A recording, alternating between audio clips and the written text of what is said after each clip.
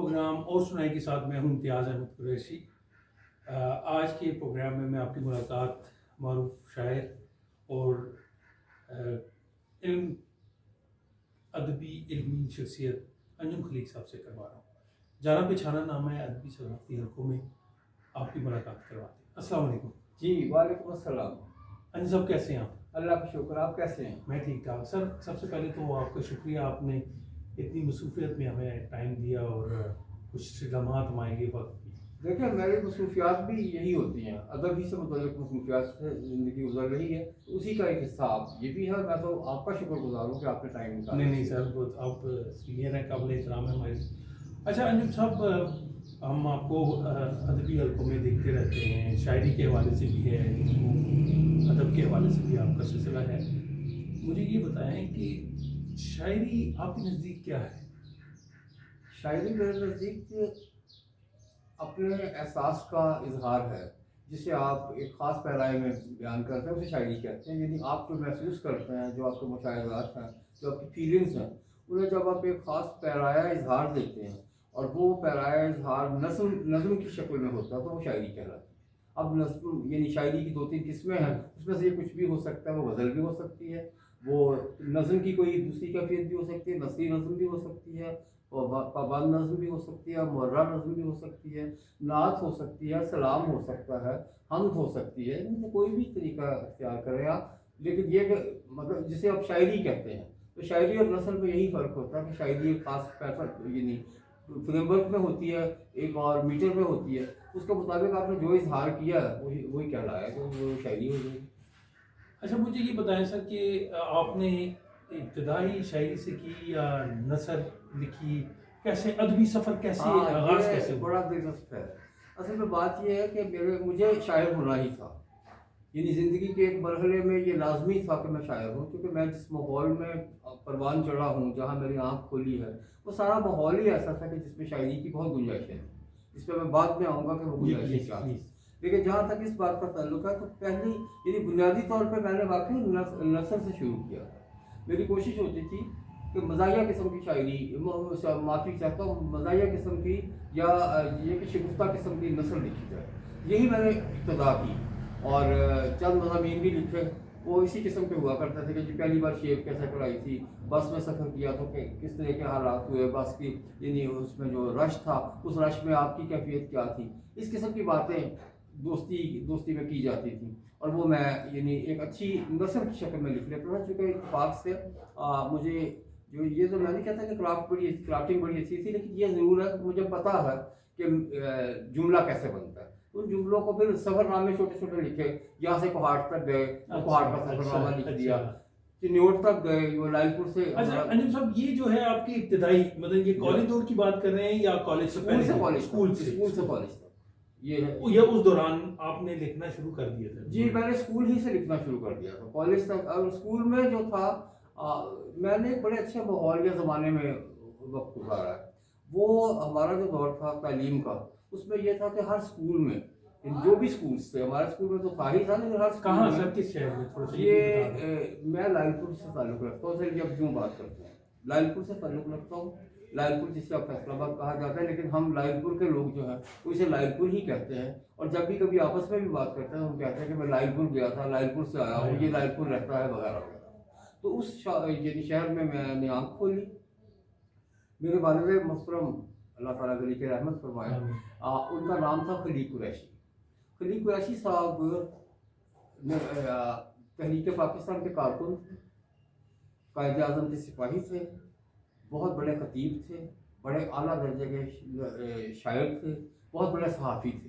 یہ ساری باتیں ایسی تھیں کہ جو ہم نے بچپن سے یعنی اسی کی یعنی ہم نے جب آنکھ کھولی تو ہم نے انہیں اسی حالت میں پایا کہ وہ ایک معقول جانے پہچانے معروف انسان تھے۔ اب ان کے یعنی ساتھ رہتے ہوئے لامحالہ یعنی ماحول تو تھا نا، ماحول تھا۔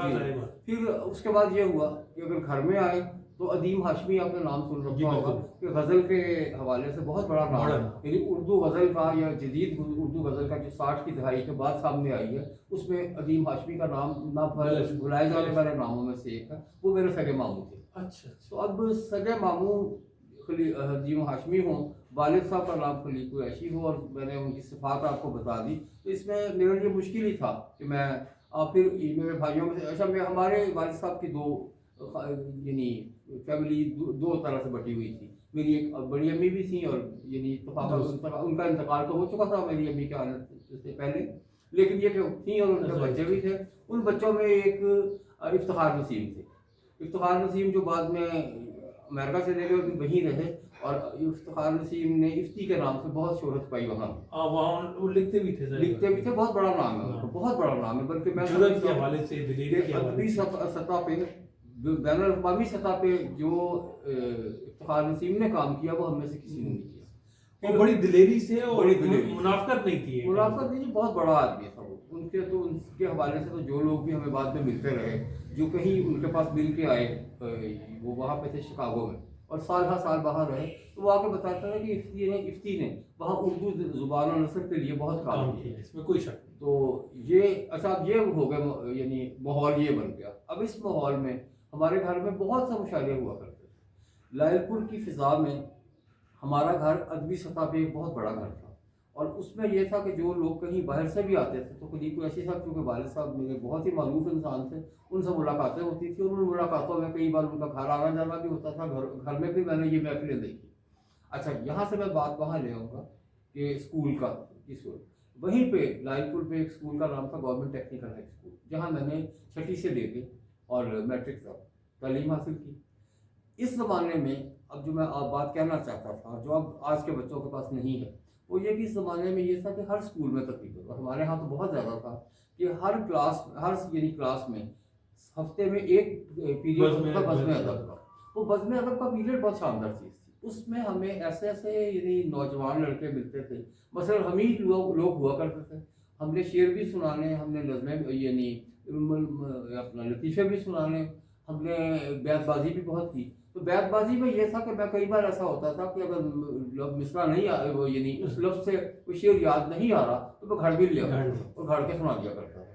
تو اس طرح ایک طرح سے نا میں شاعری کی طرف رجحان میرا یوں تھا. مطلب گویا کہ بزم ادب کے پیریڈ جب ہوا کرتے تھے تو وہاں آپ کو ایک ماحول مل گیا، اپنی فالتو ماحول مل گیا کہ گھر سے بھی وہاں بھی مل گیا. اچھا اب یہ ہوا کہ یعنی اس سے یہ تھا کہ میں یعنی یہ سمجھ آ گئی کہ شعر پڑھا کیسے جاتا ہے.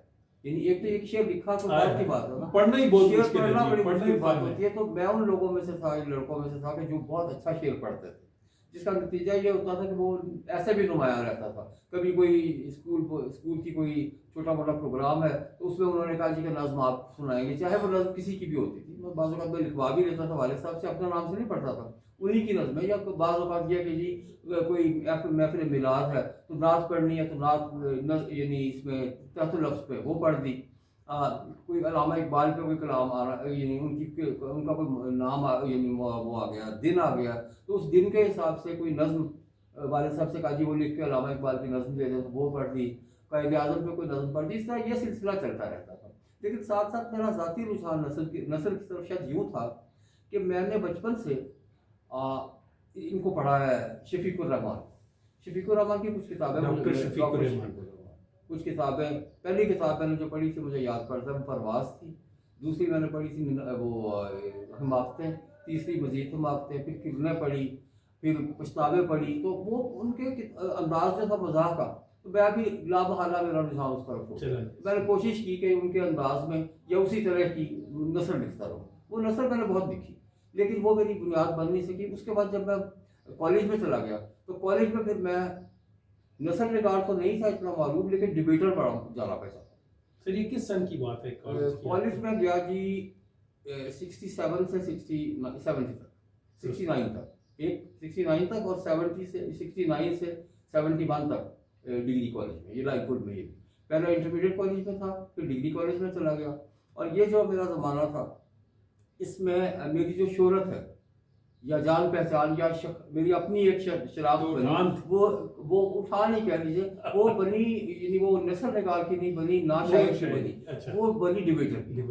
تو میں ایک جانا پہچانا ڈبیٹر تھا اس زمانے میں. یہ سلسلے چلتے رہے. اس کے ساتھ ساتھ اسی زمانے میں آئے تو کرکٹ بہت کھیلی. یعنی کرکٹ کا ایک ایسا کھلاڑی تھا کہ جس پہ اسکول والے بھی انہیں بھی لگتا تھا کہ یہاں پہ کوئی لڑکا ہے. مطلب مجھے میرے لیے ایک اعزاز کی بات ہے کہ ٹیکنیکل ہائی اسکول میں جو پہلی سینچری کسی لڑکے نے کی تھی تو وہ میں نے کی تھی. یہ میں اس وقت 9th کلاس میں 9th میں بالکل 9th میں تھا میں, جب کوئی ہمارا سٹی مسلم اسکول سے مقابلے کا میچ تھا تو میں سینچری کر گیا اس میں. تو یہ بڑی بات تھی اس زمانے میں کہ جی ایک لڑکے نے سینچری کی. بس یہ تھا. لیکن کرکٹ سے مجھے کوئی ایسا لگاؤ تھا غیر معمولی کہ میں بہت کرکٹ کھیل رہی ہوں.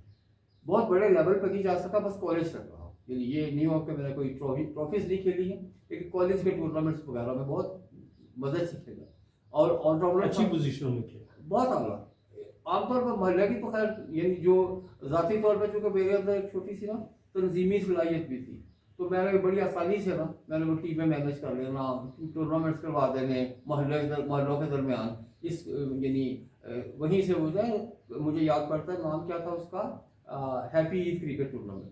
تو وہ عید کے زمانے میں ہم ایک ٹورنامنٹ کرتے تھے, تو چاروں پاس یعنی آس پاس کے محلے کے جو اسکولس تھے, یعنی جو ٹیمیں ہوتی تھیں وہ ان سے باقاعدہ حساب کتاب ہوتا تھا, پھر وہ میچز ہوا کرتے تھے. تو یہ تنظیمی کام بھی بہت کیا. اسی زمانے میں پھر یہ شوق بھی پیدا ہوا کہ جی کرکٹ دیکھنا بھی دیکھنی. اس زمانے میں یوں نہیں تھا, یہ ٹی وی نہیں تھا. ہاں اس طرح سے نہیں تھا اتنا, نہیں ابھی تھا ہی نہیں. ٹی وی پہ میچز کے تو ابھی بہت دیر میں بہت دیر بعد میں آئے. تو ٹی وی تو تھا نہیں, کمنٹری ریڈیو پہ آیا کرتی تھی. لیکن ہمیں بڑا چونکہ شوق تھا. لائیو فٹ بال زمانے میں ٹیسٹ میچز تو اب ہونا شروع ہوئے, ٹیسٹ میچز نہیں ہوتے تھے. تو میں لاہور جا کے میچ دیکھا کرتا. یعنی یہ میرے شوق کا عالم تھا. اور میرے چونکہ گھر والوں کو پتا تھا کہ میں بڑا شائق ہوں اس میں, تو میرے لیے یہ ماحول فراہم کیا کرتے تھے کہ میں لاہور جاؤں اور جا کے 5 دن کے ٹیسٹ میچ میں سے کم از کم 1-2 دن تو ہوتے تھے ایسے کہ ضرور دیکھا. تو کئی میچز جا کے وہاں دیکھے. تو یہ اس طرح کر کے بچپن گزارا ہوا میں نے, جو کھیلتے کھیلتے گزر گیا. پہلا شعر کب کا؟ پہلا شعر باضابطہ شاعر کے طور پر, یا وہ جو بزم ازل میں کہیں جو آپ کو یاد ہے وہ پہلا شعر ہو, آپ نے کہہ دیا ہو, لیکن پھر آپ کو انکشاف ہوا ہو کہ یار میں شاعر ہوں, یا اس طرح میں جا رہا ہوں, یا مجھے شاعری کرنی چاہیے. یوں تو مجھے یاد نہیں کہ وہ پہلا شعر کون سا ہے, لیکن جو پہلی غزل ہے وہ مجھے یاد ہے. اس میں اس کا پہلا شعر تھا کہ تن کی حدت سہارنا مشکل, برف خود میں اتارنا مشکل, رو کے گزرے بھی تو نہیں آسان, اور ہنس کر گزارنا مشکل. اور یہ تھا کہ فکرت عظیم ماہتاب کرو, آدمی کو سنوارنا مشکل. ذہن پالا ہے سوچ کے خوب, ایسے وحشی کو مارنا مشکل. اور ہار دوں دل کو جیت لوں اس کو, اور دل ہے کہ ہارنا مشکل. اور جیتے جی قرض زیست کا انجم, بوجھ سر سے اتارنا مشکل.